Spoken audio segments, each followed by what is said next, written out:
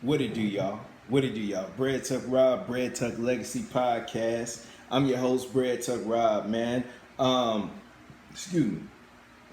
Grab my book, Defeating the Struggle, Journal Entries of a Conqueror. Defeating the Struggle, Journal Entries of a Conqueror, available on Amazon right now, man. If you like me, if you support what I do, go grab my book, man. That thing like $9.99, bro. You could get the ebook or you could get the physical book, man. Both of them $9.99. Very valuable information, man. It took me 8 years to write that, man. Go grab my book. Let's dive directly into the heat, man. I don't feel like joking right now at the moment or playing around, man. I want to talk about something very seriously, man. I want to talk about something very serious. Let me take a sip though. If you remember last week, on my podcast or on my live, depending on how you saw it on YouTube, I had a 10-minute rant on why I respect Jay Prince, because people know not to play with his kids.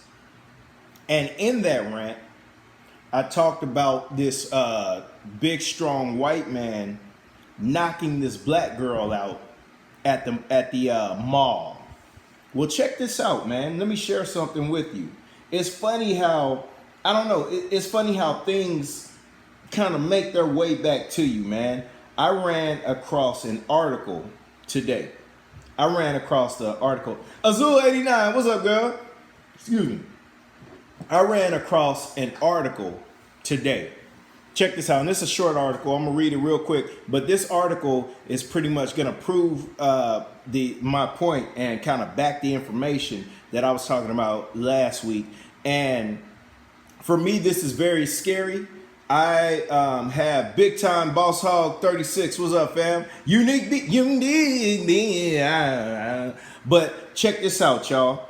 This is something I talked about last week, and this is why I have slight anxiety right now when raising my daughter. Check this out. North Carolina man avoids jail time, sentenced to racial justice worksheet after brutally punching 11-year-old black girl. Okay, now remember, I talked about this last week. I did a whole article. I had a whole 10-minute rant saying why I love Jay Prince. Check this out, because people know not to play with his kids. Check this out. A North Carolina man who was arrested in January for brutally punching an 11-year-old black girl has been convicted of 2 misdemeanors. Now, this gets real. David, his name is David Bell, pleaded guilty of misdemeanor assault on a child under the age of 12, as well as 1 misdemeanor count of assault on a female for punching a 13-year-old during an incident, according to Buncombe County Clerk's Office. A second misdemeanor charge for pushing another 13-year-old girl was dismissed due to difficulties contacting the victim, according to District Attorney Todd Williams. I forgot he pushed that other girl. Okay, now let's get into some of the details. In January, the Root reported that Bell, 51-year-old, pushed and punched an 11-year-old girl in the face outside of Asheville Mall in North Carolina. He is listed at 6'5", 250 pounds in an incident report taken at the scene. Stop right there, man. Stop right there. That's enough. If you would have saw this video that I saw, I had this 10-minute rant last week, but I saw the video, and that was a whole podcast that I did back on the day. It's somewhere in the, if you go back to my listing, you'll see it. This dude is 6'5", 250 pounds, and he punched this, if he was a boxer, he would be considered a heavyweight boxer. And he punched this girl, laid her out cold. Okay, let's go on. According to Williams, Bell received a 60-day suspended sentence and has been placed on unsupervised probation for the next 12 months. So all he gets is probation. Okay. Additionally, Bell will be required to complete an anger management counseling and participate in a racial justice workshop within the next 90 days. He will also be responsible for paying court fees of less than $200. Court fees less than $200. I had a speeding ticket and I failed to pay the speeding ticket and my court fees was about $500-600 for a speeding ticket. I didn't put my hands on nobody's child. Anyway, let's finish this up, man. In the immediate aftermath of the incident, Asheville attorney Andy Basdoff tried his best to garner sympathy for Bell, that's crazy, by asserting that he suffers from both post-traumatic stress disorder and a traumatic brain injury. You punched a 13-year-old child, 11-year-old child. Get out of here. However, that's no excuse for what transpired. And if anything, the lack of severe punishment for assailing a child serves as the latest example of America continued disregard for black life. My God, man, check this out. As a grown man, okay, let's keep it a buck. Me being a grown man with a daughter, that's scary. Okay, where are the feminist groups, right? Because what happens is black women strengthen these feminist groups, make them valuable, give them some type of clout. But when it comes to ours, Sandra Bland, when it comes to ours, the children, the baby that's getting knocked out by these big 6'5", 250-pound white man, you can't find a feminist group in sight. That's why I say black women need to leave the feminist groups alone and get their own get the Black Girl Magic movement going. But that's another topic for another time. Check this out, man. Me being a black man, I know I can't put my hands on a white kid because I know the consequences. I know the consequences aren't going to be in my favor. I know I'm not going to, they're not going to give me no 90-day racial injustice seminar or whatever to sit through. They're not going to give me no ticket less than $200. They probably throwing me at best, they would throw me under the jail. But white boys will be looking for me to get rid of me. And they would have every right to do that. Now, as a father, this is scary. Let me tell you why. So, if I'm a law-abiding citizen, somebody harms my baby, okay, and I depend on the law to handle that, okay. Somebody punches my baby, knocks my baby out. Oh my God, I can't even think of it. Somebody knocks my baby out cold, and I sit back and wait for the justice system, and these are the results. How am I supposed to live with that? My daughter is not protected if these are the results, man. So I say to everybody with children, every black man with children especially, our presence have to be known, and people need to know not to play with our children, and we must protect our kids at all costs because this is unacceptable. If you have eyes like I have eyes, you see that this justice system is not in our favor. Not only aren't black men protected, not only aren't black women protected, but our children aren't protected. At least I know if I'm out here, with the police and I see it going away, I can defend I'm a grown man. But our children aren't protected. That should wake. I don't care about no chicken sandwich from Popeyes, man. I don't care about all this other crap, man. Our children aren't protected. And we have to make sure our children are protected because at the end of the day, these are our children and we are responsible for our children, and we see that a justice system is not protecting our children. 6'5", 250-pound white man will knock your child out and only get 90-day racial train. Man, get out of here, man. So I just wanted to touch on that because I had this 10-minute rant last week, and then this came across my phone, man. So God bless y'all. God bless the kids. Protect your kids, man. Let me sip.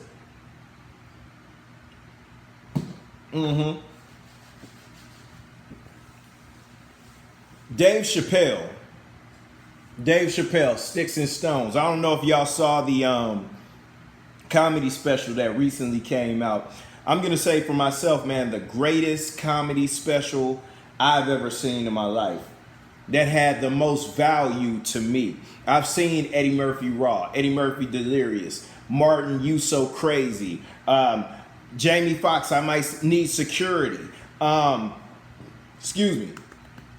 They're laughing my pain. Kevin Hart. I've seen many, but I tell you what, this Dave Chappelle Sticks and Stones had so much social value to me, man. It made me think.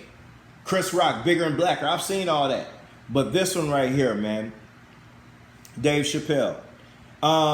If you haven't seen it, I don't know, maybe you want to turn this off and get back to this, but I'm not going to touch on everything. I just want to touch on a few things that stood out to me, man.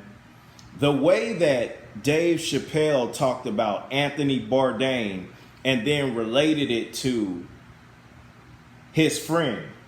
Okay, he says Anthony Bourdain is this white man who lived this great life. He had this great life. All he had to do was wake up, travel the world, and eat with beautiful people. My partner Unique says chicken enrages them to violence, but injustice doesn't. I agree with you. And then when you mention it to them, you become a problem. But God bless people. But Anthony Bourdain. Now we know that Anthony Bourdain committed suicide.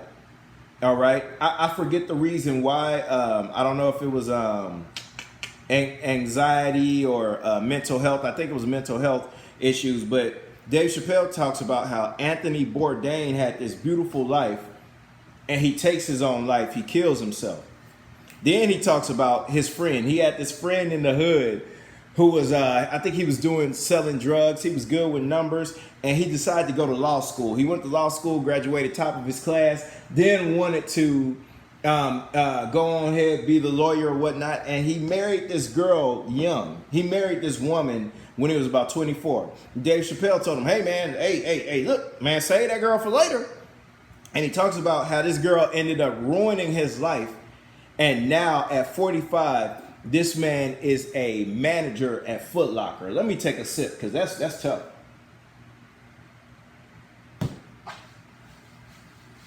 And no disrespect to anybody that works at Foot Locker, man, but if you were, you gotta look at what we talking about, man. If you were supposed to be this high profile lawyer and at 45 you a Foot Locker employee and you living with your mama, that's tough. And Dave Chappelle says, well, he never thought to kill himself.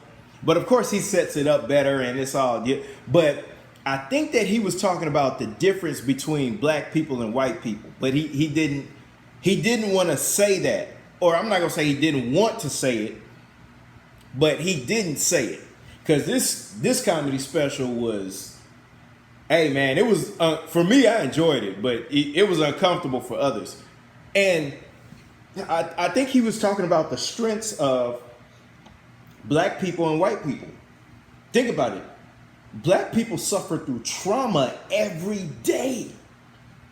And white people pretty much have it made. They have the advantages, they have everything they have information that we don't have. So when they face a minor setback, it's over. They're looking for a building to jump off of. They're hanging themselves. They're looking for rivers to jump into. Whereas for us, it's another day. We sit back and we be like, okay, man, we fell off hard. I got all this going on, man. This thing is on fire over here. But how can I recoup? How can I keep my head above water? How can I overcome this? We don't think about killing ourselves like that, man. So I want to shout out Dave Chappelle on that one, man. He also talks about, this was genius. He also talks about the school shooter drill. He was like, these school shooter drills are pointless. Why are we training our kids for these school shooter drills when the person who's going to shoot up the school is in the classroom? And he talks about how, the teacher say, okay, guys, if it ever happens, we're going to evacuate over there. And the shooters in the back of the classroom are like, where do we go again? Okay, I got it. And then he goes on to say that, hey, man, them school shooters, they're not black. Them y'all, white folk, them y'all people. But it was just genius, man. He's touching on these different ideas, man, and making them funny, but it has a bunch of truth to them. And that's the genius of Dave Chappelle, man. He also talked about how he was like, man, black people, we're J Sam leadership. What's up, fam? Let me take a sip. He also talks about how, because everybody, I didn't vote last election, and black people looked at me like I was nuts and everything, because I really don't believe in, and you know what, some people have some good points, so I kind of looked at it and I was like, man, I really need to be involved in these local elections. Now, the presidential election and all that, I could care less, because shout out to my brother Obama, but I think he did more for gay and lesbian communities than he did for his people. Now, I'm not going to say I don't fault him 100%, or I fault him 100%, because he was up under their infrastructure. So they wouldn't allow him to do the things he needed to do for us under that's their infrastructure. But anywho, a bunch of people will get mad at you if you don't vote. Oh, you don't vote? You the reason, you the reason why we in this, because you don't vote. And these people will criticize you, man. And instead of listening to you and giving you sound information, or instead of sitting you down and telling you why you should vote, or instead of, looking at all the candidates and highlighting what they stand for, organizing that information and giving that to you, so you would have something that you could sit with and look at, they attack you. But anyway, Dave Chappelle was pretty much saying, black people, we're the ones who can fix this country. You know how we need to fix it? Everybody needs to register to be gun owners. Folk thought he was gonna say everybody needs to register to vote. Nah, he was like, man, you need to own a gun. And my God, man, I couldn't agree more. I had to give him a standing ovation in my living room, because every black man I talk to, especially my friends, I tell them, fam, you need to own a gun. You need to own a gun. You need to be able to protect your family. If watching the news doesn't show you that as a black man you need to own a gun, you tripping. Fam, I just went over the 6'5", 250 pound white man knocked the black girl out. You have to be able to protect yourself and your family. So, man, shout out to Dave Chappelle for being genius with that one, man. Then he talked about cancel culture. And I'm just running through these because I don't want to give y'all, for some of y'all that didn't see it, I don't want to spoil it for you. So go check it out on Netflix, man. He talked about cancel culture and how cancel culture is such a joke, because you do something 20 years ago, you become a whole different person. People find out about what you did 20 years ago, and they want to cancel you. They tried to do it with Kevin Hart. And for Kevin Hart, who I would say who's more of a politically correct guy, it was refreshing to hear him say, you know what, Grammys, I'm not finna, nah, fam, I did those jokes years ago. I'm not finna, I already apologized back then. Y'all not finna keep pressing me, man. And if you want me to apologize again just so I can host your show, I'm not doing it. And it was good to see him stand firm on that. But then, like Dave Chappelle said, he went on tour apologizing, man. But man, y'all check out that Dave Chappelle special, Sticks and Stones, man. Beautiful special.